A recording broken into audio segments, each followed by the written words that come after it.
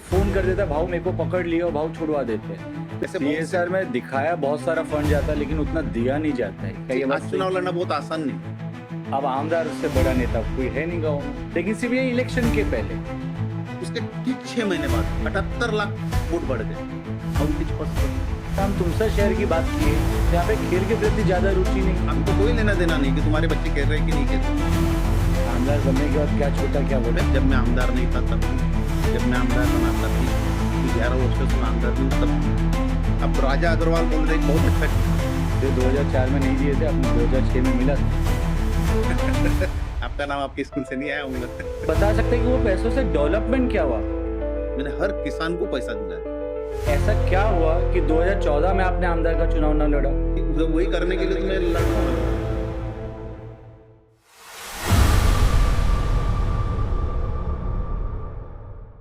नमस्ते, जय हिंद।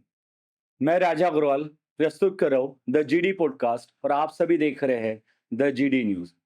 आज हमारे जो गेस्ट है वो तुमसर के भूतपूर्व आमदार रह चुके हैं। आइए मिलते हैं श्री अनिल बावनकर जी से। नमस्ते सर। बावनकर सर, इस बार आप नगराध्यक्ष चुनाव लड़ने के इच्छुक है। मैंने भारतीय राष्ट्रीय कांग्रेस पक्ष से टिकट मांगा है। अगर मेरे को टिकट अलाट होता है तो मैं लड़ूंगा। आप 2009 में आमदार का चुनाव जीत चुके हैं जी। और उसके पहले भी आपने 2004 में आमदार के चुनाव के लिए कोशिश की थी हाँ जी। और आप उसमें 4000 वोट से पीछे रह गए थे हाँ। और 2009 के चुनाव में आप 6000 लगभग 6000 वोट से आप जीते थे। तो आमदार रहने के बाद आप बता सकते हैं आपने तुमसर के लिए क्या किया? आमदार रहते मैंने तुमसर के लिए बहुत सी फंडिंग की है। उस वक्त में जो नगर परिषद में हमारी सत्ता थी कांग्रेस की, जब मैं आमदार बना तब, उसके बाद इलेक्शन हुए 2007 में, तब हमारी ये आई थी, सत्ता आई थी कांग्रेस की। नगर परिषद में भी आपकी सत्ता थी, देश में भी आपकी सत्ता थी और राज्य में भी आपकी सत्ता उसके थी। बाद में जो चुनाव हुआ उसमें हमारी सत्ता जाकर राष्ट्रवादी की सत्ता है, लेकिन वो भी हमारी सपोर्टेड पार्टी थी। शरद पवार राष्ट्रवादी की सत्ता उस वक्त थी। तो उस वक्त में बहुत सा पैसा मैंने तुमसर के लिए खर्च किया है। लगभग उस समय के हिसाब से जो मेरे को पैसा आता था, जो मेरे प्राइवेट फंड आते थे, जो 1.5 करोड़ मिलता था, उस हिसाब से मैंने अलग अलग कामों में बहुत ही काम हुए। उस वक्त में नालियां बनी है, रोड बने हैं। अपना जो आप देख रहे होंगे कि श्री राम नगर के लिए जो टंकी बनी हुई थी, आदरणीय जो खासदार थे शिशवाल साहब, उन्होंने टंकी बना दी थी, लेकिन उसमें टंकी में पाइपलाइन नहीं लगी। उनका फंडिंग कम पड़ा था या कम पड़ा था, पाइपलाइन नहीं हो सकती, इसलिए वो पानी सप्लाई नहीं होता था उस जो बावनथड़ी कॉलोनी में पानी की टंकी है उसमें। तो उसमें उस वक्त अपने उसमें भी फंडिंग करके उसकी पाइपलाइन देकर लोगों को वो भी सुविधा देने की कोशिश की। जो अपने नया ये है मार्केट इलाका, गोवर्धन नगर, विनोबा भावे नगर, उसमें अलग अलग फंडों से वो फिर इसका माइनिंग फंड हो, माइंस का जो पैसा मिलता वो हो, या हमारा अपना खुद का फंड हो, या बावनथड़ी का फंड हो, बावनथड़ी से जो डिपार्टमेंटल फंड था वो हो। ऐसे बहुत से रास्ते, बहुत से नालियां और बहुत से काम उस वक्त किए गए, क्योंकि आप जानते हैं कि नई बस्ती बसने की वजह से उस वक्त में बहुत ही जरूरी था कि रोड्स नहीं थे कहीं पे। आज भी बहुत से जगह रोड नहीं है, लेकिन वहाँ उस वक्त में इतनी बड़ी बस्ती नहीं थी। उसके बाद जो बस्ती बसी उसमें आज प्रॉब्लम, लेकिन मैक्सिमम उस वक्त मैंने काम करने की कोशिश की और की। उसके बाद में हम उस वक्त देखेंगे कि विनोबा भावे रोड जो था नगर परिषद का था अंडर में, विनोबा भावे रोड तैयार करना बहुत मुश्किल काम था। उसका कारण ऐसा था, नगर परिषद के पास पैसे नहीं रहते थे, सरकार उस पर पैसा दे नहीं सकती थी बीआरसी से। फिर उसके लिए मैंने एलिगो लगाया था। तो मेरे को एलिगो में बताया गया कि सीएसआर में उसका काम लिया जा रहा है और सीएसआर माइल की तरफ से करवाया जा रहा है। उसके बाद में रोड बना था, जो कुछ हिस्सा सीमेंट रोड का बना था और कुछ डामर रोड का बना था। यानी उस वक्त उस रोड की हालत बहुत ही ज्यादा खस्ता थी। ऐसे बहुत से सीएसआर में दिखाया बहुत सारा फंड जाता है, लेकिन उतना दिया नहीं जाता है। क्या ये बात सही है? सीएसआर जो रहता है वो सेंट्रल गवर्नमेंट का रहता है, उसमें स्टेट गवर्नमेंट कुछ नहीं कर सकती। सीएसआर में जो पैसा रहता है वो पैसा कहाँ खर्चा करना चाहिए उनके नाम से। हमको सिर्फ माइनिंग का पैसा मिलता है, उसमें से माइनिंग फंड जो आता है वो आता है। और मैंने उस वक्त में भंडारी जिले में सबसे ज्यादा माइनिंग अगर कहीं पे है तो अपने तालुका में, तुमसर तालुका में और मोहाली तालुका में, अपने विधानसभा क्षेत्र में। होता ये था कि जो मेरे पहले जो भी आमदार थे, उनके राज में बहुत कम पैसा हमको माइनिंग फंड से मिलता था, नहीं के बराबर मिलता था। वो ला नहीं पाते थे या सत्ता नहीं थी इसलिए नहीं मिल पाता था। जब मैं आया, मेरी सत्ता होने की वजह से मैंने ज़्यादा से ज़्यादा माइनिंग फंड, यानी पूरे जिले में जितना माइनिंग फंड आता था उसमें 70 से 80% में फंड लेकर आता था। इवन दो डीपीडीसी में जो पैसा होता था वो भी मैं अपने क्षेत्र के लिए लेकर आता था, और उस वक़्त बहुत से काम मैंने किए। देखिए, क्षेत्र के लिए पैसा लाना ठीक है, लेकिन वो पैसे का सदुपयोग करना और पैसे का से डेवलपमेंट करने में अंतर होता है। ले आप बता सकते हैं कि वो पैसों से डेवलपमेंट क्या हुआ? क्योंकि अगर हॉस्पिटल देखें, तो वो वैसा ही है, रोड देखें, तो वो वैसे ही है। बहुत ज़्यादा रोड में सुधार नहीं आया, नालियों में बहुत ज़्यादा सुधार नहीं आया, आज एजुकेशन में बहुत ज़्यादा सुधार नहीं आया। क्या तुमसर की जो समस्या है, राइस सिटी बोला जाता है, लेकिन यहाँ पे जो गंज बाज़ार में भी जो समस्या है, या जब हम आते हैं राजा राम लॉन्स के सामने जो पानी जमा हो जाता है, थोड़ी-सी भी बारिश में, फिर ये सब क्या हाल है? आपने एक साथ बहुत से प्रश्न पूछ लिए, मैं सबका जवाब देने की कोशिश करता हूँ। देखिए, मेरा जो टाइम पीरियड है वो 9 से 14 का था। 14 के बाद आज 25 शुरू है। लगभग 11 साल पूरे हो चुके हैं, जब मेरी कार्य यानी कार्यकाल खत्म हो चुका है। उस वक़्त जब हम काम करते हैं, जो भी रोड उस वक़्त बने, जो भी नालियाँ उस वक़्त बने, जो भी डेवलपमेंट उस वक़्त हुआ, वो जो डेवलपमेंट हुआ, पैसा लाया मैंने, फंड लाया, जो एजेंसी रहती करने वाली वो नगर परिषद थी। जो फंड में लेकर आया होगी वो नगर परिषद को हैंड ओवर करना पड़ा मेरे। इसमें 3 एजेंसियाँ होती हैं। एक एजेंसी होती है जिला परिषद, जो गाँव के फंड आते हैं वो जिला परिषद में जाते हैं। दूसरी होती है बीएंडसी, जो स्पेशल फंड्स आते हैं तो बीएंडसी देखती है उसको, जो बीएंडसी के रोड हो। लेकिन जो नगर परिषद के अंदर रोड आते हों, तो नगर परिषद के अंदर जो भी रोड नाली आएंगे उसके लिए नगर परिषद को फंड ट्रांसफर करना पड़ता है।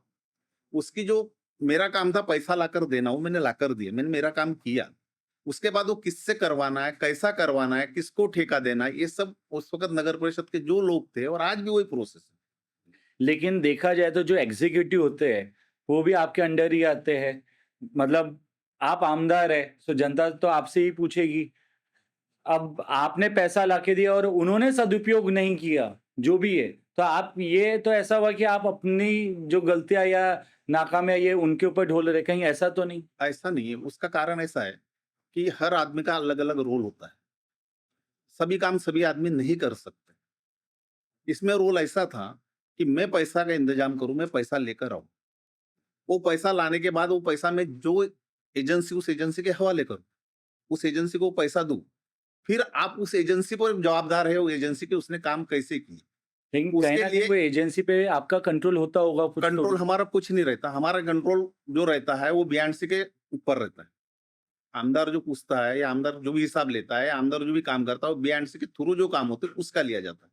लोकल बॉडी हमको जवाब देने के लिए ये नहीं था, यानी उनका कोई ऐसा क्राइटेरिया नहीं कि लोकल बॉडी ने आमदार को जवाब देना चाहिए। ये बात ठीक है, लोकल बॉडी ने जवाब देना उन्हें कंपल्सरी नहीं है, लेकिन आज अगर ये देखा जाता है कि एक आदमी को एक ट्रैफिक इंस्पेक्टर भी पकड़ लेता है, तो वो फ़ोन कर देता है, भाऊ मेरे को पकड़ लिया, और भाऊ छुड़वा देते हैं।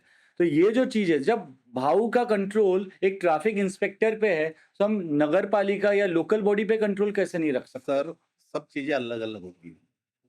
जो इंस्पेक्टर या जो भी इन थाने पकड़ने वाला सिपाही है, वो सिपाही जो है वो स्टेट गवर्नमेंट का आदमी है, और आमदार स्टेट गवर्नमेंट का ट्रस्टी है। एक तरह से मालिक ही होता है, ट्रस्टी होता है। सही बात। तो आमदार एक ट्रस्टी है वो स्टेट गवर्नमेंट का। आप जो पुलिस सिपाही की बात कर रहे हो, पुलिस सिपाही को डायरेक्शन दे सकता है। वो तहसीलदार में जाकर तहसीलदार से और तहसील ऑफिस के काम करवा सकता है। वो हॉस्पिटल, आपने बिल्कुल सही बोला कि हॉस्पिटल पहले नगर परिषद के पास होता था, लेकिन अब वो सरकार के पास है। जब मैं भी था तब भी सरकार के पास ही था, और उस वक़्त में हॉस्पिटल की ये हालत थी कि जैसे समझ लो कि यहाँ से कोई मरीज नागपुर गया है, उसका बड़ा ऑपरेशन हुआ है और वो स्टेबल होना है, उसके लिए उसको 8-10 दिन हॉस्पिटल में रहना है। तो वो वापस तुमसर हॉस्पिटल में आकर भर्ती होता था। आप ज़रा किसी से भी पूछ के देख लीजिए या किसी से भी बात करके देख लीजिए। मेरे रेजिम में जैसा हॉस्पिटल था उसके बाद कभी नहीं हुआ और उसके पहले कभी नहीं हुआ। आज के आमदार जो करते हैं वो क्या करते हैं कि महाआरोग्य शिविर भरा। मैंने हॉस्पिटल कुछ ऐसा बना दिया था कि आपको कोई भी बीमारी होती है तो वहां पे उसका इलाज होना चाहिए। मैक्सिमम मेरे रेजिम में, अगर 5 साल का रेजिम देखा तो सबसे ज्यादा ऑपरेशन मेरे रेजिम में हुए, सबसे ज्यादा अच्छा इलाज मेरे रेजिम में हुआ है। मेरे रेजिम में कभी भी दवा खरीद के लाने के किसी को, यानी डॉक्टर की भी हिम्मत नहीं होती थी। जैसे डॉक्टरों की कमीशन होता है मेडिकल वाले से, वो मेडिकल वाले के पास की दवा लिख कर देते, दवा अवेलेबल रहने के बाद भी। मेरे रेजिम में वो भी नहीं होता था। मैंने किसी के लिए कितने डॉक्टर को कितना यानी पनिश किया हूँ उस वक़्त में मुझे पता है। तो ये सब करने के लिए मैं पूरा ध्यान देता था। हर हफ्ते में एक हॉस्पिटल का चक्कर लगाता था। मरीजों से पूछता था खाना बराबर मिल रहा है, सफाई बराबर हो रही है कि नहीं हो रही है, डॉक्टर आपको बराबर देख रहे हैं कि नहीं देख रहे हैं, नर्स आपका ध्यान रख रही है कि नहीं रख रही है।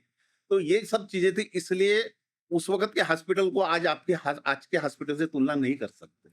मुझे अफ़सोस है ये कहना पड़ता है कि आपने मेरे वक़्त के हॉस्पिटल शायद नहीं देखे। आज के हॉस्पिटल अगर मेरे को उससे जोड़ोगे तो मैं उसके लिए जवाबदार नहीं हूँ। आप अगर अपने काम से संतुष्ट हैं, तो ऐसा क्या हुआ कि 2014 में आपने आमदार का चुनाव ना लड़ा और ना ही 2019 में और ना ही अभी? मैंने अभी आपने मेरे से पूछा था कि आप नगराध्यक्ष का चुनाव लड़ रहे क्या? मैंने आपसे कहा था अगर मेरे को पार्टी टिकट देती है तो मैं लड़ूँगा। 2019 में भी यही थी कि पार्टी को ऐसा लगा कि भई नए यंग लड़के को टिकट देना चाहिए, इससे अच्छा हो सकता है। इसलिए उन्होंने नए कैंडिडेट को टिकट दिया, मेरे को टिकट नहीं दिया इसलिए मैं नहीं लड़ा। उसमें एक कोई प्रॉब्लम नहीं था कि मैं अपक्ष लड़ता या कोई और बात थी, लेकिन मुझे लगा कि अगर जिस पार्टी से अपन आमदार बने, तो उससे अगर नहीं लड़े तो क्या बिगड़ जाएगा अपन, इसलिए मैं नहीं लड़ा। लेकिन लगातार 3 चुनाव आप नहीं लड़े। तो ये तो कोई क्राइटेरिया नहीं हुआ कि भई मैं अगर एक चुनाव नहीं लड़ा तो दूसरा नहीं लड़ सकता है, दूसरा लड़ना चाहिए, तीसरा लड़ना चाहिए। ये बात सही है, बहुत सी लेकिन क्या रहता है देखिए, चुनाव कोई इतना आसान नहीं रहता। आप पढ़ाई के क्षेत्र में ज़्यादा महारत रखते हैं। अब राजा अग्रवाल बोले थे एक बहुत अच्छा टीचर, मैं आपकी तारीफ़ कर रहा हूँ ये भी समझना है, लेकिन जो है सही मेरे पास आई है। राजा अग्रवाल बोले थे एक सख्त टीचर, जो लड़कों से काम करवा लेता, लड़कों से पढ़ाई करवा लेता, लड़कों को पूरा ध्यान रखता है, उनको गलत संगत में ना पड़े इसका भी ध्यान रखता है, यानी आउटवे में आ जाकर आप ध्यान रखते हो। इसलिए आपका ये अच्छा ये है, लेकिन यही काम अगर मैं करने जाऊँ तो मैं नहीं कर सकता, क्योंकि वो मेरा काम है। वैसी राजनीति ये उस वक़्त जैसी रहती वैसी आज चुनाव लड़ना बहुत आसान नहीं है। अगर पक्ष की टिकट नहीं है तो बहुत मुश्किल है चुनाव लड़ना। उसके लिए बहुत सी फंडिंग चाहिए, उसके लिए बहुत सा तुम्हारे पास में स्टाफ चाहिए, यानी जो कार्यकर्ता तुम्हारे वो चाहिए। उसके साथ में तुम्हारे को बड़े नेताओं का आशीर्वाद चाहिए। ये सब चीज़ें कब मिलती है जब अपने पास में टिकट रही तब मिलती है। अपने को टिकट अवेलेबल नहीं हुई इसलिए देखा अपन जाए नहीं तो लड़ पाए। आमदारी एक तरह से गाँव का सबसे बड़ा नेता हो जाता है।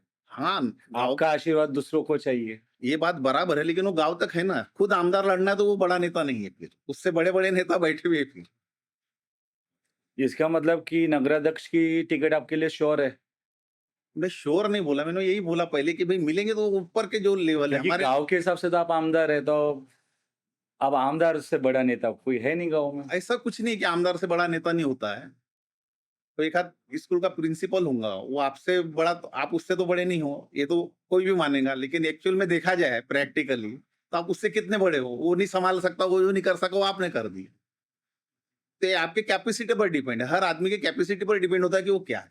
मैं अगर नगर सेवक बनकर भी नगराध्यक्ष बनकर मैं नगर सेवक था। आपको बता देता हूँ यहाँ से शुरुआत हुई थी मेरी 2002 में मैंने इलेक्शन लड़ा, नगर सेवक बना।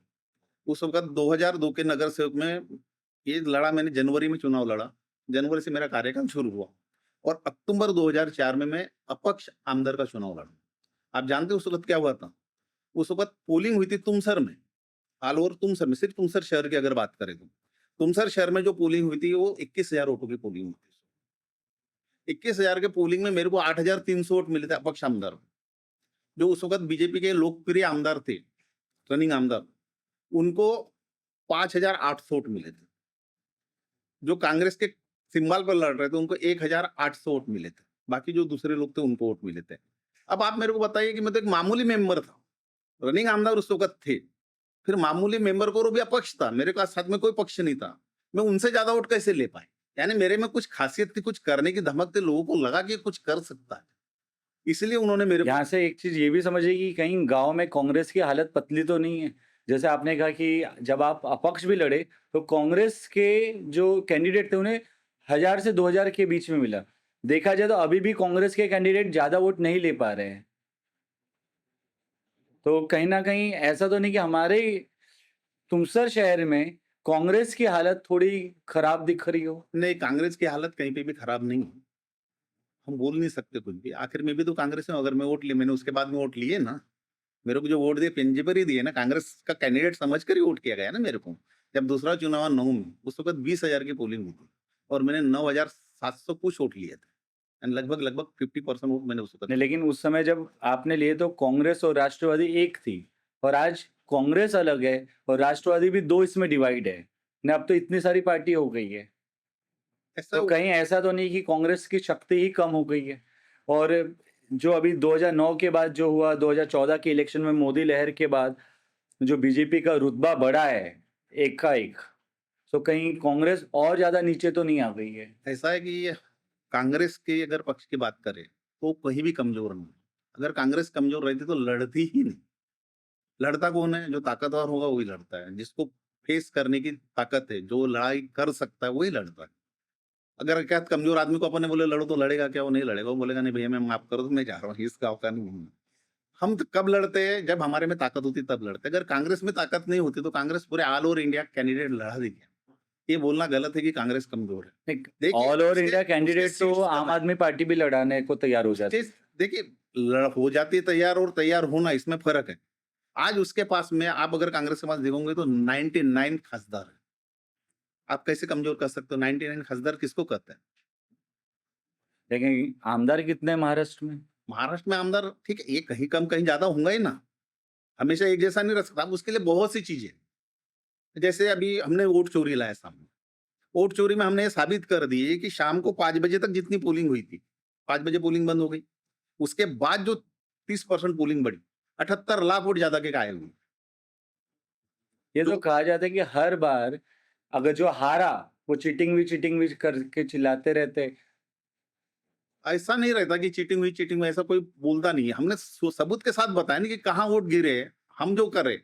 मेरे को एक बात बताइए कि अभी आप मेरा इंटरव्यू ले रहे हैं, इसको आप पब्लिश करेंगे, इसको दिखाएंगे, इसमें कोई तकलीफ है क्या? नहीं, हमने क्या डिमांड की है कि हमने ये डिमांड की कि 5 बजे के बाद जितनी पोलिंग आपने करे हो उसके हमको फुटेज दे दीजिए, सीसीटीवी के फुटेज दे दीजिए। उसने क्या बोला इलेक्शन इलेक्शन कमिश्नर ने, क्या वो फुटेज देने से जो हमारी बहन बेटियां उनकी बेइज्जती होगी। अब हाउ इट इज पॉसिबल, मेरे को बताइए कि अगर मैं वोट डाल रहा हूँ, मेरी अगर फोटो वायरल हो जाती है कि अनिल बावनकर वोट डाल रहा है, तो मेरी कैसी बेइज्जती हुई जरा मेरे को समझा सकते हैं आप यहाँ से शुरू करिए ना। आप जो जेन्युइन प्रश्न है। लेकिन इस पे फिर सुप्रीम कोर्ट ने भी तो ऐसा कुछ फैसला नहीं सुनाया। हर बार हर एक पार्टी जब भी जीत गए तो हम जीते तब वोट चोरी नहीं हुई, और हार गए तो वोट चोरी हुई। जब 99 सीट आई तब वोट चोरी नहीं हुई, लेकिन जब सीट कम आ गई तो वोट चोरी हो गई। देखिए, जब 99 सीट आई है उस वक्त 13 सीटें हमारे खुद के आई है, और एक अपक्ष भी हमारा चुनकर आया था। 14 सीटें हमारी आई थी उस वक्त में। हम बेस वही पकड़ रहे हैं कि जब हमारी 14 आ सकती है, 40 में से 14 सीटें हमारी आ सकती है। 40 कितनी सीटें थी? 40 में से 14 सीटें 48। 48 में से 14 सीटें हमारी हैं। वो जो रेशियो था पोलिंग का, उसके ठीक 6 महीने बाद हम उस आंकड़े दे रहे हैं कि उस वक्त में जो पूरे महाराष्ट्र में पोलिंग हुई, उसके ठीक 6 महीने बाद 78 लाख वोट बढ़ गए। How it is possible? ऐसा भी तो हो तो सकता है कि बहुत हम सारे चिल्ला नहीं रहे, हम आपको आंकड़े देकर बता रहे हैं कि भाई ये जो आंकड़े हैं ऐसा पॉसिबल ही नहीं है कि एकदम इतना वोट बढ़े। 5 साल में भी इतना वोट कभी नहीं बढ़ा जितना 6 महीने के अंदर वोट बढ़ गया। उसके बाद में हमने सीसीटीवी फुटेज मांगे कि भाई ठीक है, आप कह रहे हो कि 5 बजे के बाद। उसी इलेक्शन में एक ऐसा भी हुआ था मालेगांव में, जहां पे जो लोकसभा कॉन्स्टिट्यूएंसी थी वो तो कांग्रेस जीती, मींस यूपीए जीता, लेकिन वो कॉन्स्टिट्यूएंसी में से 5 में से सिर्फ एक ही सीट में कांग्रेस जीती थी, जिसके दम पे वो पूरी सीट जीत गई, और बाकी की 4 सीट बीजेपी जीत चुकी थी। अब यही चीज अगर आप याले इलेक्शन हो जाए तो इसमें 4 बीजेपी में जाएंगे, एक कांग्रेस के पास जाता। इसमें आप ये जो कह रहे हैं ये बिल्कुल बराबर कर रहे हैं, और हम जो कह रहे हैं हम भी बराबर कर रहे हैं। सिर्फ समझिए, समझ में फर्क हो रहा है। समझ में फर्क कैसे हो रहा है मैं बता रहा हूँ। हमने कब कहा कि बीजेपी ने वोट चोरी किया? हमने, सुनिए ना, हमने कब कहा कि बीजेपी ने वोट बढ़ाया? हमने कहा कि इलेक्शनल कमिश्नर जो है, इलेक्शन का जो एक अलग सेपरेट जो पोर्शन है जिसकी जरूरत है, उसका जो काम है इसी का, कि भाई वो पूरे इलेक्शंस एकदम आराम से, एकदम पारदर्शिता से, एकदम शांति से करा। बराबर है, हमारा ये कहना है। हमारा ये कहना है कि उसमें वोट बढ़े। हमने कब कहा कि बीजेपी ने वोट बढ़ाया? बार सुनिए बार पहले, यही बोला जाता ये है कि सुनिए ना, इलेक्शन कमीशन बीजेपी के कंट्रोल में। ये नहीं कहा हमने। हम क्या कह रहे हैं कि हमारे वोट बढ़े। हमारे वोट बढ़े। हम ये कह रहे हैं कि भैया तुम्हारे यहाँ पे गड़बड़ हो रही, तुम डबल वोट है कहीं पे, कहीं तिबारा वोट है, कहीं पे एक घर है उसमें 50 से 100 लोग वोटर रह रहे हैं, कहीं पे वोटरों के नंबर नहीं है, ये हम कह रहे हैं। बीजेपी भी वही कह रही, बीजेपी भी कह रही है कि भैया ऐसा कैसे होगा कि एक सीट पर तो हम 4 सीट पर आगे रहते और एक सीट पर कांग्रेस आगे बढ़कर हमसे जीत लेती है। ऐसा बीजेपी भी करे, यानी वो भी किसको बोल रही है, कांग्रेस को बोल रही है क्या, वो भी बीजेपी भी बोल रही इलेक्शन कमिश्नर को। नहीं, बीजेपी ने इलेक्शन कमीशन को नहीं बोला है, बीजेपी ने वहां पे एनालिसिस किया कि हाँ इस पर्टिकुलर कॉन्स्टिट्यूएंसी से हमें सिर्फ 3000 वोट आए, लगभग 3000 आए, और जो कांग्रेस को वो 87,000 वोट के आसपास चले गए, और बाकी तरफ हम आगे थे, कहीं 15,000 वोट से, कहीं 20,000 वोट से, एंड ओवरऑल कांग्रेस जीती। तो ये चीज बीजेपी ने एनालाइज किया, और कांग्रेस देखा जाए तो एनालाइज करने के बदले वो सिर्फ ब्लेम करे कि भाई ऐसा हुआ, ये हुआ। नहीं, एनालिसिस करके हमने जो है, आपने देखे होंगे वो राहुल का जो फुटेज उसमें दिखाया था राहुल जी ने, उसमें उन्होंने पूरा एनालिसिस करके बताया कि कहाँ पे कितने वोट बढ़े, कहाँ पे कितने वोट डबल आए, कहाँ पे कितने वोट बोगस।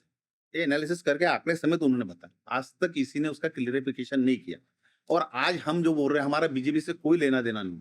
बीजेपी को लेना देना है कि जब भी हम इलेक्शन कमीशन पर कोई भी आरोप लगाते हैं या इलेक्शन कमीशन से हम इसी से कोई भी प्रश्न पूछते हैं, तो बीजेपी वकील बनकर उनकी बाजू लेकर बयान देती। विशेषकर हमारे सीएम जो है, मुख्यमंत्री साहब, उनकी खासियत है कि हमने जैसे कांग्रेस ने बोली कि भाई इसी ने यहाँ गड़बड़ की या वोटिंग में यहाँ गड़बड़ हुई या ऐसी बातें हुई, तो तुरंत वो आ जाते कि नहीं वो ऐसा है और वो ऐसा है, और उनका वो वकीली करने लग जाते हैं। तो तो जब हमारा यही कहना है कि हमारा झगड़ा बीजेपी से नहीं, इस मामले में हमारा झगड़ा है इलेक्शन कमीशन से। हम इलेक्शन कमीशन को सवाल पूछ रहे हैं, इलेक्शन कमीशन ने उसके जवाब देना चाहिए। इलेक्शन कमीशन ने हमारे जो भी डाउट है वो खत्म करना चाहिए। जब इलेक्शन कमीशन पे सवाल है, तो आप सीधा पीआईएल क्यों नहीं डाल देते? डालिए ना, चल रहा है ना वो भी कोर्ट में। तो उस पे अर्जेंट हियरिंग करवा दीजिए। अर्जेंट हियरिंग हम नहीं करवा सकते ना, आखिर में आपको कुछ भी करना है, आप भी जाएंगे अगर कहीं पे भी हियरिंग, आप, मैंने सुना कि आप वकीली भी कर रहे हैं, तो आपको शायद मालूम होगा कि हम सिर्फ अपील कर सकते कि भाई हमारा सुनवाई लो। अर्जेंट कुछ नहीं होता कोर्ट में, अर्जेंट कोर्ट अपने हिसाब से चलता है, हमारे हिसाब से नहीं चलता। देश के टॉप वकीलों में से कितनी एक भी बड़ी आपके देखिए, पार्टी के हैं। सबसे बड़े टॉप हो, अनटॉप हो, सादा हो, ये सुप्रीम कोर्ट डिसाइड करता है कि कौन सा सुनने के लिए जरूरी है और कौन सा सुनने के लिए जरूरी नहीं है, कौन से केस ने नीचे के कोर्ट में जाना चाहिए और कौन से केस ने मेरे पास आना चाहिए, ये कौन डिसाइड करता है। तो वो हम एक बार दे दिए कि भाई हमारा ऐसा ऐसा कहना है, आप देखिए। अब वो जब कोर्ट को फुर्सत मिलेंगी, कोर्ट बुलाएगा और देखेगा, उसके बाद वो डिसाइड करेगा कि भाई इसमें क्या करना चाहिए कर। ठीक है, अभी हम पहले तो अपने तुमसा शहर के इलेक्शन पे आ जाते हैं। तुमसा शहर के प्रति आपकी अभी क्या राय है कि आप इसमें क्या सुधार करना चाहते हैं?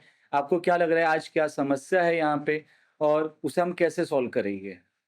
देखिए, शहर है, समस्या बहुत है। सवाल ये है कि आपकी नीयत कैसी है, जहां आप बैठे हुए हैं। आपके बारे में बता दूं मैं, थोड़ा सा आपकी बात कर लो इसमें कि यानी उदाहरण दे रहा हूं आपका मैं। बहुत सी स्कूल से, बहुत से टीचर्स है जो ट्यूशंस लेते हैं, जो ट्यूशन क्लासेस चलाते हैं। कितने ट्यूशन क्लासेस आगे बढ़े जिन्होंने आपके बराबर उच्चांक पर आए या आपके हाई लेवल पर आए।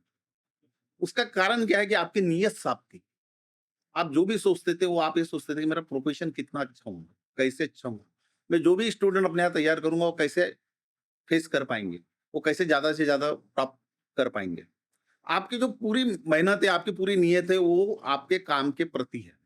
आपने अपने काम को समय दिया है, नियत दिया है। हमारे यहाँ होता क्या है कि हमारे यहाँ जो भी नेता बनता है, वो जिस वजह से नेता बना उसको भूल जाता है कि मैंने किस वजह से नेता बना। वो फालतू के कामों में ज्यादा समय देना शुरू करता है, पार्टियां करना, घूमना फिरना, या जो भी ये करना, उसमें उसका जो काम है उसमें ध्यान नहीं देता, और इस वजह से जो काम होने चाहिए वो काम होते नहीं, और वैसी हुआ है कि जो काम होने चाहिए थे वो काम हुए नहीं। मैं आमदार रहा, लोगों ने मेरा आमदारगी का कार्यकाल देखे, उसके पहले मेरा नगर सेवक का भी कार्यकाल देखे। मैं नगर सेवक में मैंने बताया था कि मेरे को जब इलेक्शन हुआ तो मेरे को बहुत अच्छे वोट मिले थे। उसका कारण ऐसा था कि नगर सेवक रहते हुए मैंने अपने मोहल्ले के पूरे काम कर दिए थे। जो रोड सालों से नहीं बने थे वो मैंने रोड पूरे कर दिए थे। मेरे मोहल्ले में कोई भी ऐसा रोड नहीं था जो कच्चा हो, जिस पर पाव सनते हो। पूरी नालियां बना दी थी, कहीं पे भी पानी चौक नहीं होगा। कुछ कुदरत भी मेरे साथ थी कि मेरी जो बस्ती बसी वो ढलान पर है, इसलिए मेरा पानी पूरा निकल जाता है, मेरे को उसकी भी तकलीफ नहीं की जो बारिश के पानी की तकलीफ आती है, जैसे आपने बताया था। तो लोगों ने जब देखी भाई ये काम करने का तरीका अलग है, मैंने पूरा ध्यान दिया अपने कामों पर। मैंने जैसे प्रायोरिटी दी कि मैं इस काम के लिए बना, मेरे लोगों से कमिटमेंट है मेरा। मैं जिस वक्त फॉर्म भरता हूँ और खड़ा होता हूँ, मैं लोगों से कमिटमेंट करता हूँ। जो मैं बोलता नहीं, लोग मेरी सही नहीं लेते, लेकिन मैं कमिटेड होता हूँ उनसे कि मैं आपकी सेवा करूंगा, मैं आपके लिए काम करूंगा, मैं आपके लिए समय दूंगा, मैं आपके जो भी प्रश्न है वो उनको सॉल्व करने की कोशिश करूँ। और ये कमिटमेंट मेरे में है, इसलिए मैं उस वक्त आपका आमदार यानी आमदार बन सका। इतने बड़े यानी जीरो से शुरुआत है मेरी। मैं एक मामूली किसान का बेटा हूँ, किसानी मेरा काम है। उस काम करते-करते क्या आज भी किसानी करते हाँ हैं? जी, आज भी किसानी करता हूँ। तो फिर किसान से रिलेटेड तो समस्या बहुत सारी है। हाँ जी, है। उसका कैसे निवारण करेंगे? जैसे भी मौका आता करते ही है। कल ही हम कलेक्टर ऑफिस जाकर अपना ज्ञापन देकर आए पार्टी की तरफ से, जहाँ नाना पटोले साहब वगैरह से, मैं भी उसमें था। हमारे एरिया के खासदार ही आपकी पार्टी के हैं। हमारे इलाके के खासदार है, अच्छे खासदार है वो। अब खासदार आप हो, तो समस्या आप निवारण ऐसा करेंगे या हर चीज़ के लिए मोदी सुनिए, जी सुनिए, ज़िम्मेदार? सुनिए, सुनिए। आपके स्कूल का रिजल्ट अच्छा आया, तो नाम राजा अग्रवाल का होगा, बराबर है? इसलिए जो भी काम अच्छा होगा तो मोदी जी ने किया। अगर समझ लो कल महाराष्ट्र गवर्नमेंट ने और सेंट्रल गवर्नमेंट बोले कि हम 1-1 लाख रुपए हेक्टेयर पर किसानों को कंपनसेशन देते हैं। नहीं, लेकिन अगर मेरे इस ट्यूशन के बच्चों ने नहीं पढ़ा, तो इसमें भी मोदी जी ज़िम्मेदार हो नहीं, जाएँगे नहीं, फिर तो। वो मोदी जी का नहीं है, वो अलग है, वो आपके बारे में बोला था मैंने, आपके उसमें मोदी जी कहाँ आ गए, वो अलग चीज़ है। जो मैं बता रहा हूँ इसमें सुनिए, हमने हमारी डिमांड थी कि सेंट्रल गवर्नमेंट ने और स्टेट गवर्नमेंट ने, सत्ता किनकी है? गवर्नमेंट की, पैसा कौन खर्च कर सकता है? गवर्नमेंट कर सकती है। जो मदद करना है वो कौन कर सकती है? गवर्नमेंट कर सकती है। हम तो चाहेंगे तो भी नहीं कर सकते, हम पदाधिकारी है तो भी नहीं कर सकते। अब ऐसे वक्त में हमने डिमांड की, उनको बताया कि भाई हमारी ये परेशानियां हैं, हमारे किसान इतने परेशान हो रहे हैं, आप 1 लाख रुपए पर हेक्टर किसानों की मदद कीजिए।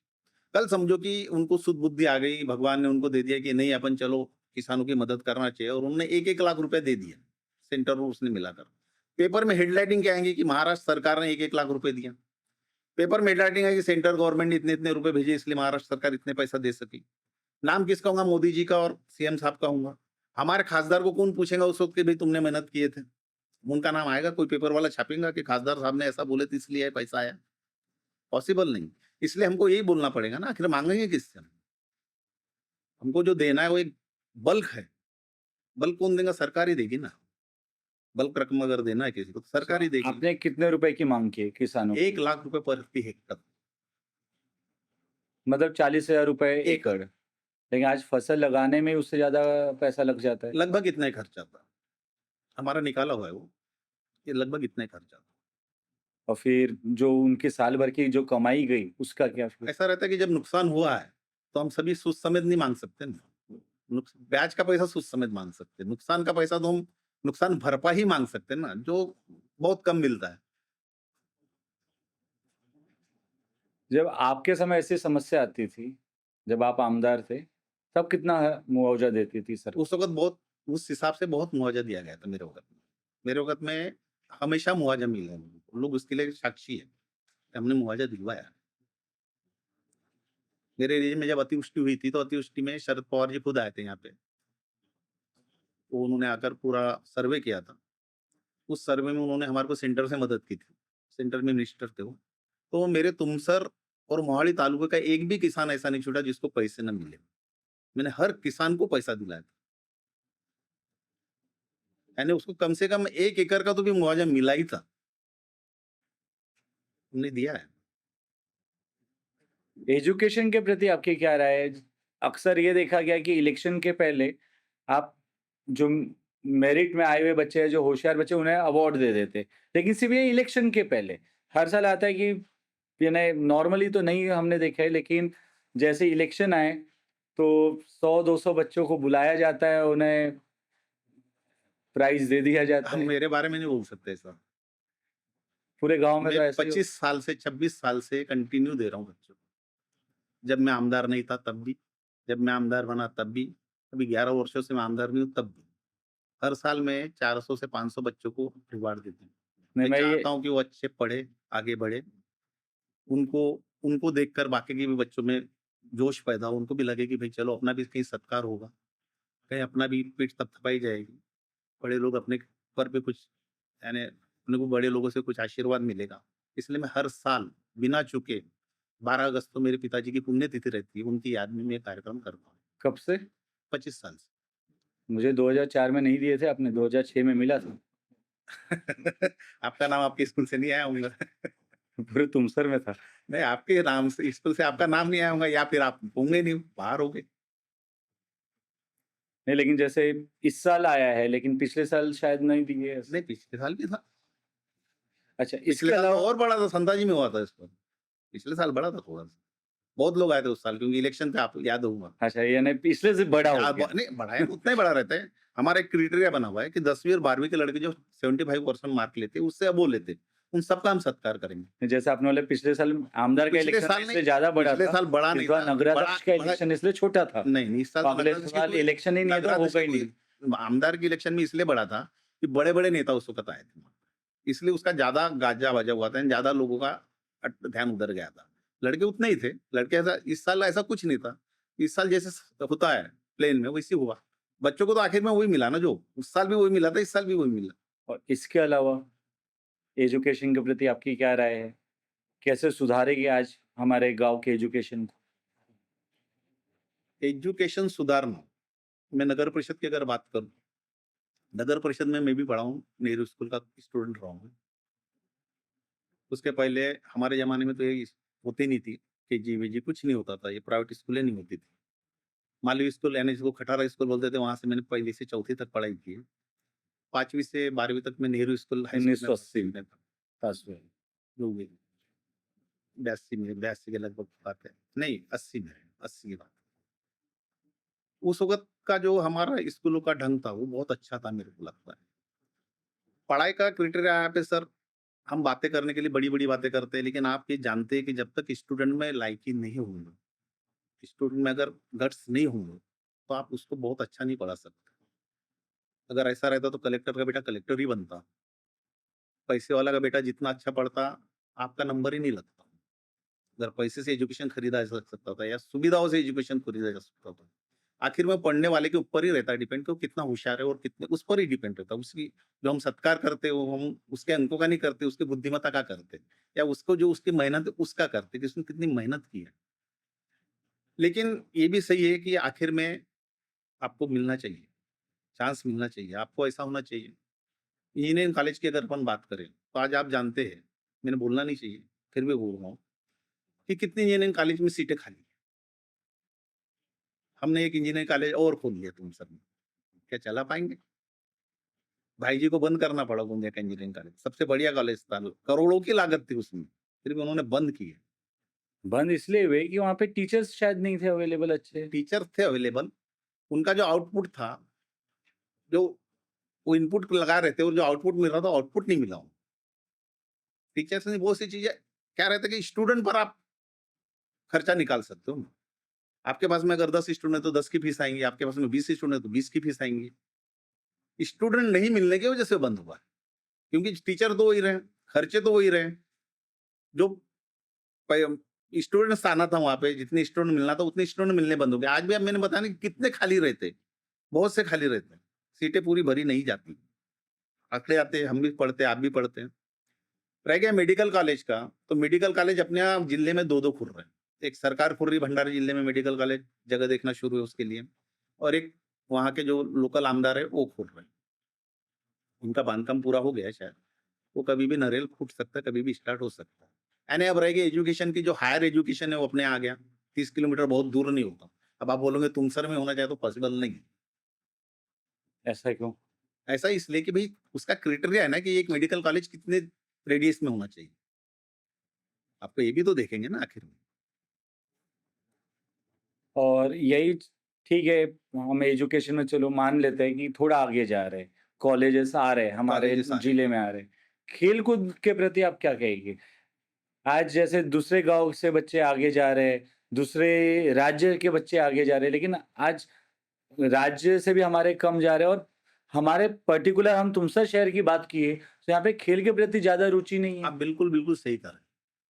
पहले खेल-कूद में हमारे वक़्त में बहुत अच्छी रुचि रहती थी। वो सब मैं बंद देखा हूँ। मैंने क्या कहा कि अगर कोई आदमी अगर ये सोचे कि मेरे को कितना काम करना है, तो वो काम कर सकता है। यहाँ के लोग क्या करते हैं कि आते हैं काम करने के लिए, लेकिन काम नहीं करते, अपने में मस्त रहते हैं। अलग ही चीज़ों में व्यस्त हो जाते हैं।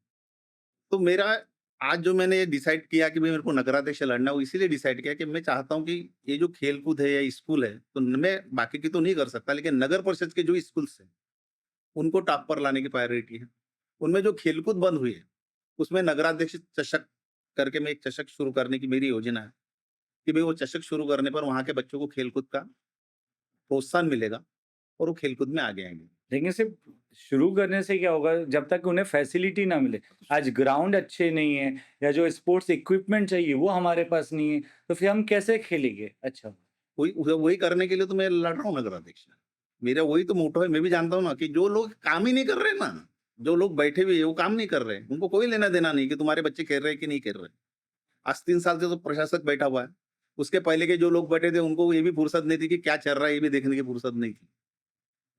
तो ये जो पिछले 10, 12, 15 सालों में जो हो रहा है, उससे अपन बहुत पीछे है, ये मेरा कहना है। इसलिए मैंने सोचा कि क्यों ना अपन इसको सुधारने की कोशिश की जाए। जो काम मैं कर सकता हूँ, मेरे को पता है वो मैं ही कर सकता हूँ, दूसरा मेरा काम नहीं कर सकता। वैसे दूसरे का काम मैं नहीं कर सकता। अगर वहाँ पे दूसरा बैठता तो मैं उससे कुछ करवा नहीं सकता। आखिर उसकी इच्छा शक्ति पर आ जाता है। लेकिन मैं वहाँ बैठता हूँ, तो मैं कर सकता हूँ कि उसको कैसे सही किया जाए। और मेरी पूरी कोशिश रहेगी कि बच्चों का एजुकेशन का स्तर सुधरे, बच्चों का जो खेल-कूद का स्तर है वो सुधरे, क्योंकि आज खेल-कूद भी उतना ही ज़्यादा ज़रूरी हो गया है, जितनी पढ़ाई ज़्यादा ज़रूरी है। आपके परसेंटेज उसमें परीक्षा में काउंट किए जाते हैं। अगर आप अच्छे खिलाड़ी हैं, तो आपको नौकरियों में रिजर्वेशन दिया जाता है। 5% कुछ रिजर्वेशन है उसका, अगर आप स्टेट लेवल पे खेलते हैं तो। तो ऐसे बहुत से खेल है कि जो हम आज कहीं पे भी नहीं खेले जाते हमारी स्टेट में, अगर हम वही शुरू कर दें, उसमें हम आगे बढ़ सकते हैं। तो आपको आमदार बता रहते हुए ऐसा आपने हाँ, क्यों नहीं बिल्कुल शुरू किया। किया? जब मैं आमदार था तो फत्तू जी बावनकर नाम की एक एकेडमी बनी थी, जो तुड़का गाँव में चलती थी। तुड़का गाँव में जो एकेडमी बना है उसको पूरी फंडिंग मैंने किया। बुधे गुरुजी करके जिला परिषद हाई स्कूल के टीचर थे। उन्होंने पूरी मेहनत की, उनके साथ में और 2-3 टीचर थे, वहाँ के लोकल लोग भी थे। ये जो आप बड्डा ग्राउंड आपको पता है कहाँ है? हाँ, तुड़का के पास में वहाँ पे, परसवाड़ा रोड। परसवाड़ा के पास में। उस ग्राउंड पे उस वक़्त में जो बच्चे हमने पैदा किए, जो नाम्स थे, पूना में अकादमी में जाने के लिए बच्चों के नाम्स, तो सबसे ज़्यादा बच्चे उस परेड में हमने भेजे। रिकॉर्ड उठा के देख लीजिए। जिसमें से मेरे को खुशी एक है, यानी उसमें क्या हुआ था कि इतने बच्चे हमारे यहाँ से पास हो गए थे कि वहाँ पे जगह ही नहीं बची। तो उन्होंने जो पास बचे थे उनको भी लेने से इनकार कर दिया। तो मैंने वहाँ पे तुरंत प्रश्न लगाया था। लक्ष्यवेधी सूचना लगाई थी मैंने। लक्ष्यवेधी सूचना का असर हुआ कि सब बच्चों का एडमिशन हुआ। उनके लिए स्पेशल प्रोविज़न करने में आई। मैं उसमें से सबसे बड़ी बात है कि देवाड़ा करके यहाँ पे अपने यहाँ पे एक नीलज बुजुर्ग करके एक गाँव है, नीलज खुर्द करके एक गाँव है अपने यहाँ, नीलज बुजुर्ग, नीलज खुर्द। हुँ। नीलज खुर्द की एक लड़की है। वो लड़की आज अपने यहाँ इंडिया इंडिया की चैंपियन बनी अपने यहाँ से। और मेरे ही वजह से पढ़ पाई वो लड़की, यानी मेरी वजह से, यानी बुधे गुरुजी की वजह से पढ़ पाई, लेकिन मदद मेरी पूरी मिली उन्हें। मैंने पूरे पैसे से लेकर हर चीज़ के लिए उनको मदद दी, उनको ये किया, बूस्ट की, प्रोत्साहित किया, और वो लड़की आज अपने वो नेशनल लेवल पर खेल रही है लड़की, साइकिलिंग में नेशनल लेवल पर। ऐसी एक और बच्ची है, एक लड़का और है, ऐसे 2 कैंडिडेट उसमें मिले। आखिर में तो हमने पूरी कोशिश की, सबसे ज़्यादा बच्चे भेजे। अब वहाँ जाकर कौन आगे बढ़ रहा है, तो उसमें से उनका ही है ना। यानी मैंने कोशिश नहीं किया, ऐसी बात नहीं है। बाकी किसी आमदार ने किया हो तो बताइए मेरे को। मेरे से पहले बहुत बड़े-बड़े लोग रहे हैं। मैं तो एक छोटे से घर का लड़का आदमी हूँ। आमदार बनने के बाद क्या छोटा क्या बड़ा? मैं बिल्कुल छोटा ही हूँ, मैंने कभी अपने आप को बड़ा माना ही नहीं। अभी आपने देखे मेरे साथ कितना तामझाम था। कभी भी ऐसे मैं खुद को सर्वसामान्य से आगे नहीं, मैं मज़ा लेता हूँ ज़िंदगी का। अगर मैं बड़ा बन जाऊँगा तो मज़ा नहीं ले पाऊँगा ज़िंदगी का। फिर नगराध्यक्ष क्यों बनना चाहते हैं? सेवा करने के लिए। मैं चाहता हूँ कि मैं वो काम कर सकूँ जो किसी ने नहीं किया। लोग मुझे याद रखें, जैसे आमदार बना मेरे को लोगों ने याद रखे, मैं नगर सेवक बना लोगों ने याद रखे। जो भी रोड उस वक़्त के बने थे आज भी बनेगी। आज मैंने 52 थड़ी पूरी कर दी आमदार बनते ही। जो किसान एक पानी के लिए उसकी फसल जाती थी, साल में जब ये आखिरी का पानी नहीं आता था, तो उस वक़्त में उसकी फसल मर जाती थी। आपको याद होगा, शायद आप बचपन में आपने सुने होंगे कि अकाल पड़ गया। हमेशा अकाल पड़ता था। आज ये हाल है कि 52 की वजह से 27,000 हेक्टेयर ज़मीन में 3 फसलें होती हैं 2 साल में। एक खरीफ की होती है क्योंकि दाया और बाया 2 नहर है। एक नहर 1 साल चलता है, एक खरीफ में 1 साल एक चलता है, और बरसात में पूरे नहर चलते हैं। तो बरसात की फसल तो होना ही है 100%, और खरीफ की भी 100, उससे 100% से ज़्यादा फसल होती है खरीफ की। गर्मी की फसल ज़्यादा होती है कभी। तो एक एक्स्ट्रा बेनिफिट मिला, जहाँ एक फसल नहीं मिलती थी, अब उनको 1.5 फसल मिल रही है। वैसे ही मैंने आमदार रहते हुए सोंडियालिप का जो बांधकाम है वो किया। सोंडियालिप सिवरा में, सिवरा क्षेत्र में चांदपुर का तालाब था। वहां से पानी निकलता था। पानी निकलने के बाद में कभी बाएं कालवे का पानी मिलता था एक साल, तो दाएं कालवे वाले रोड पर उतरते थे। दाएं नहर का पानी मिलता था, तो बाएं नहर वाले रोड पर उतरते थे। हर साल का रोना था वहां का। अभी वहां पे भी ये है कि हर 3 साल में 2 साल में 3 फसलें मिलती हैं उनको। एक फसल तो पक्की होगी, उनको सड़क पर नहीं उतरना पड़ता। किस लिए कि मैंने वो सोनियाली पूरा किया, 9 साल से रुका हुआ था। लोगों ने आस छोड़ दिए थे। मैं जब आमदार बना तो मैंने बावन पूरी जो 35 साल से रुकी हुई थी, उसके लिए मेरे को कितनी मेहनत करना पड़ा मैं जानता हूँ। उस वजह से मैं, जो आप कह रहे हैं, दूसरे काम नहीं कर पाया, क्योंकि मेरा जो मेन काम था सिंचन का काम, कि आप बोल रहे थे कि काश्तकार के लिए आपने क्या किए, तो मैंने जो काश्तकारों के लिए वो बता रहा हूँ कि मैंने सिंचन की व्यवस्था कर दी। आज पानी की वजह से फसल खराब नहीं होगी, ये मेरी गारंटी। तुमसर में जो ट्रैफिक कंजेशन का समस्या जा रही है, उसे आप कैसे सुधारोगे? ट्रैफिक कंजेशन ये बड़ी बात है, क्योंकि पार्किंग नहीं है हमारे पास में सबसे बड़ी। उसके लिए हम एक कोशिश ये करेंगे कि जो नजुल के बहुत से प्लाट्स हैं, अलग अलग जगह सरकारी प्लाट्स है खाली पड़े, हम वो लेके मल्टी लेवल पार्किंग होगी, मार्केट हो गया। मैं दिल्ली में जहाँ रहता था, वहाँ पे ऐसी प्लाट था बड़ा पड़ा, पार्किंग होती थी। बाद में वहाँ की गवर्नमेंट ने नीचे पार्किंग बनाई, ऊपर पूरा गार्डन बना दी थी। बहुत ही शानदार दिखता था, मजा आ जाता था वो गार्डन में जाने में। ऐसी मल्टी लेवल मेरी सोच है कि मैंने ऐसा कुछ करना चाहिए। तो निस्संदेह मैं कोशिश करूंगा कि भी पार्किंग की व्यवस्था दूर हो। जो बाजार यहाँ भरता है, ऑन रोड बाजार रहता है, आप देखते हैं कि मंगलवार वाले दिन अपन गाड़ी लेकर नहीं जा सकते, या पैदल चलना मुश्किल हो जाता है। तो ये जो बाजार भरता है, इसके लिए मैंने कोशिश किया था उस वक्त कि जो रेलवे का ग्राउंड है अपने पास में, ओल्ड बस स्टैंड जो है, वो जो पूरा ग्राउंड है, वो ग्राउंड लीज पर मिल जाए, तो उसमें अपन ये बाजार शिफ्ट कर ले। लेकिन उस वक्त की जो लोकल गवर्नमेंट थी, उसने साथ नहीं दिया। जो ऊपर के नेता लोग थे, शायद उनका इंटरेस्ट नहीं था, जो अपने बड़े नेता थे ऊपर के, क्योंकि सेंट्रल गवर्नमेंट का सवाल है ना। सेंटर भी आपकी ही थी। सेंटर वो अलग अलग थे ना, सब अलग अलग पार्टी के नेता थे ना वहाँ पे। तो उस वक्त वो अलग पार्टी के नेता थे जो रेलवे मंत्री थे। शायद उन्होंने ध्यान नहीं, यानी इंटरेस्टेड नहीं था, उनको जमीन नहीं देना। उस वक्त कुछ चल रहा था कि जितनी रेलवे की जमीनें, उन पर अपना कब्जा कर लिया जाए, रेलवे की जमीनों को अपने हक अधिकार में लिया जाए। उसके बाद में वाल कंपाउंड वगैरह बनी थी, आपने देखे होंगे कि वो दुकानदार वहां से खाली वगैरह करवाए गए थे। उस वक्त पूरे ऑल ओवर इंडिया में चल रहा था उनका। तो वो उस पीरियड में वो वाला होने की वजह से मैं नहीं कर पाया उसको। उसके बाद में मेरा ये चला गया, कार्यकाल खत्म हो गया।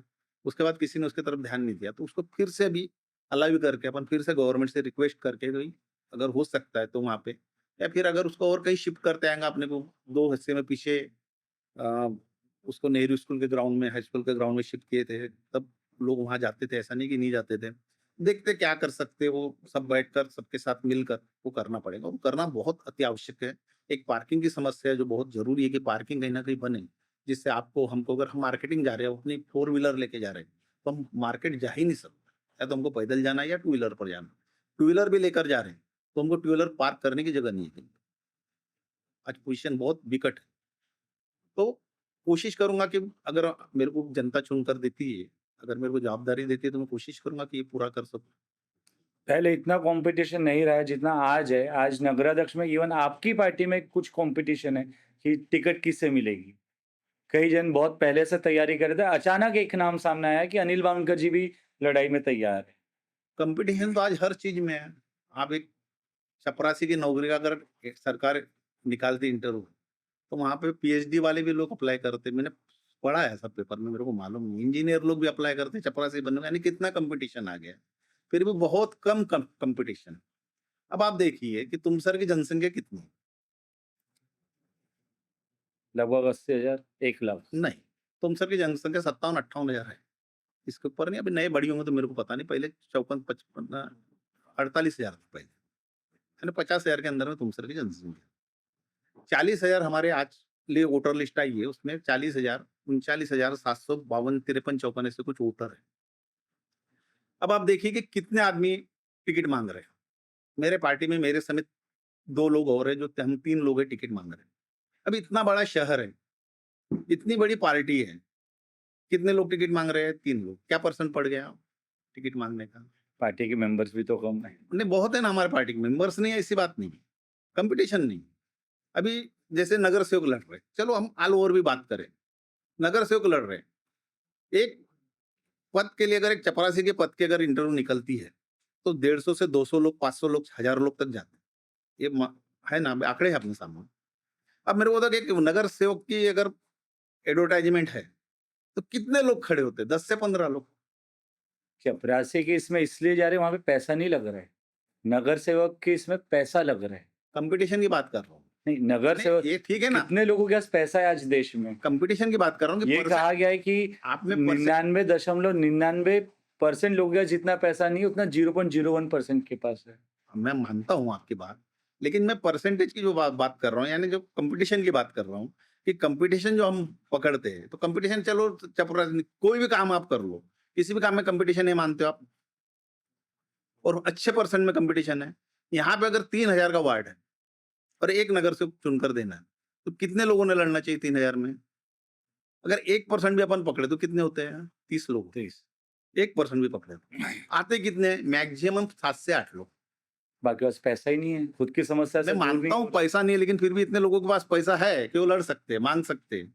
बगैर पैसे के भी इलेक्शन लड़ा जा सकता है। ऐसा नहीं है कि आपको पैसा ही ज़रूरी है, हर चीज़ के लिए पैसा नहीं लगता। आप मेरे को बताइए कि आज का एजुकेशन जो बिना पैसे के पूरा नहीं होता, लेकिन आज भी ऐसे लोग हैं कि जो बिना पैसे के एजुकेशन ले रहे हैं और उसमें से भी टॉप कर रहे हैं। मानते हैं इस बात को? वैसे है, मैं आपको एक एग्ज़ाम्पल देता हूँ। भंडारे में एक तुम्हारे वीके करके कम्युनिस्ट पार्टी के लीडर हैं, अभी भी है। जब चुनाव हुआ 16 का, तो भंडारे में बगैर पैसे के तो कोई बात ही नहीं करता, बोल जैसे आप बोल रहे कि बहुत पैसा लगता है। जब उन्होंने खड़े हुए वार्ड से, जब वो वार्ड में खड़े हुए तो लोग उनको बोलते थे, यार क्या मेंबर साहब, आप कुछ हमको खिला पिला रहे हो कि नहीं? बोले भाई मैं चाय पिला सकता हूँ आपको, इसके ऊपर मेरी ताकत नहीं है। बोले चाय कौन पिएगा बे तेरी, तो हमसे नाश्ता कर। नहीं भैया नहीं, मेरे को अगर नाश्ता नहीं करेगा तो वोट नहीं देंगे। आप जानोगे वो अच्छे वोटों से चुनकर आया आदमी। कब की बात है? ये 16 की बात, पिछला चुनाव हुआ था उसका। तो ऐसा नहीं है कि आपको हर चीज के लिए पैसा ही लगता है, ये अपनी सोच पर डिपेंड है कि कौन कितना पैसा खर्च करता है। जहां पे जिसको अगर उसमें अगर गट्स नहीं है, तो पैसे से उसको पूरा करने की कोशिश करें। जिसके पास गट्स है, वो गट्स से अपना काम कर लेगा। आपको नहीं लगता कुछ युवा नेताओं को चांस मिलना चाहिए? युवाओं को चांस मिल चुका है, मिलते रहता है और मिलते रहेगा। युवा आज ही पैदा हुआ और आज ही खत्म नहीं होने वाला। नए पुराने लोग, लेकिन पुराने लोग जो काम कर सकते हैं, वो युवाओं को करने में, वो सीखने में बहुत देर लग जाती है। अभी हमारी जो पिछली नगर पालिका थी, आप देखो कि जो भी नगराध्यक्ष थे सब युवा ही थे। 2-3 नगराध्यक्ष पीछे हो गए, युवा ही थे। लेकिन काम का ढंग क्या था? कितना काम हुआ? क्या प्रॉब्लम सॉल्व हुए? क्या उन्होंने ध्यान दिया? अब ये रह गई कि हाँ, ये ठीक है कि मैं एज्ड हो गया हूँ, 60 प्लस हूँ। मैं जानता हूँ कि मेरे पास में अगर कुछ करना है, तो ये मेरे लिए अब एक अच्छा आखिरी मौका है। मैं चाहता हूँ कि मेरे जैसे मैं जब मैं विधायक था और विधायक रहते हुए मैंने जैसे काम किया, बावनथड़ी बनाना हो, सुंडियालपुर बनाना हो, हर गांव में काम देना हो, हर लोगों के छोटे छोटे लोगों के काम करना हो, हर जगह ध्यान देना हो, हॉस्पिटल अच्छा रखना हो, और जो भी बहुत से काम मैंने किए। तहसील ऑफिस का मैंने बहुत अच्छा करा था कि वहां पे कोई भ्रष्टाचार नहीं होता था उस वक्त में। आप पता करिए, पैसे मिलते थे, राशन दुकानदार बराबर राशन दे रहे थे। नजुल का काम पूरा ईमानदारी से हो रहा था। मैंने नजुल के लिए स्पेशल लोग बिठा लेते जो काम 20-20 साल से रुके हुए थे, वो मैंने पूरे करवाया था। तो ऐसे बहुत से काम उस वक़्त किया जिसकी वजह से काफ़ी लोग मेरे को याद रखते हैं। अभी भी बोलते हैं कि भई उस वक़्त जो काम हुए थे अभी नहीं, अभी मुश्किल है। वैसे मैं चाहता हूँ कि एक बार अगर मेरे को चांस देती है, तुमसर की जनता अगर मेरे को ये मौका देती है, मेरी पहले तो मेरे पार्टी ने मेरे को मौका देना चाहिए। मेरी पार्टी मौका देती है और तुमसर के लोग मेरे को मौका देते हैं। तो निस्संदेह मैं कुछ ऐसा करके जाऊँगा कि लोग याद रखेंगे कि अनिल बावनकर नाम का कोई प्रेसिडेंट यहाँ बना था। ऐसा करके जाओगा, क्या हम ये उम्मीद करें कि आप आखिरी चुनाव लड़ रहे हैं आपको? नहीं, आखिरी तो कुछ नहीं होता। जब तक साँस है तब तक आस है। क्या पता है इसके बाद में क्या लड़ना पड़े, हो सकता है कि कुछ ना लड़ूँ, कुछ भी नहीं बोल सकता। लेकिन मैं जो भी सोचता हूँ ये सोचकर करता हूँ कि बस मेरा आखिरी चांस है, इसके बाद चांस नहीं मिलना है मेरे को। शुरू से ये आदत रही है मेरी कि भई मेरा आखिरी चांस है ये। हम उम्मीद करते हैं कि आपकी पार्टी भी आपको मौका दे और शहर की जनता भी आपको मौका दे। बहुत-बहुत धन्यवाद आप इसी के साथ हमारी शुभकामनाएँ आपके साथ। आपका धन्यवाद, बहुत-बहुत धन्यवाद। नमस्कार। नमस्कार।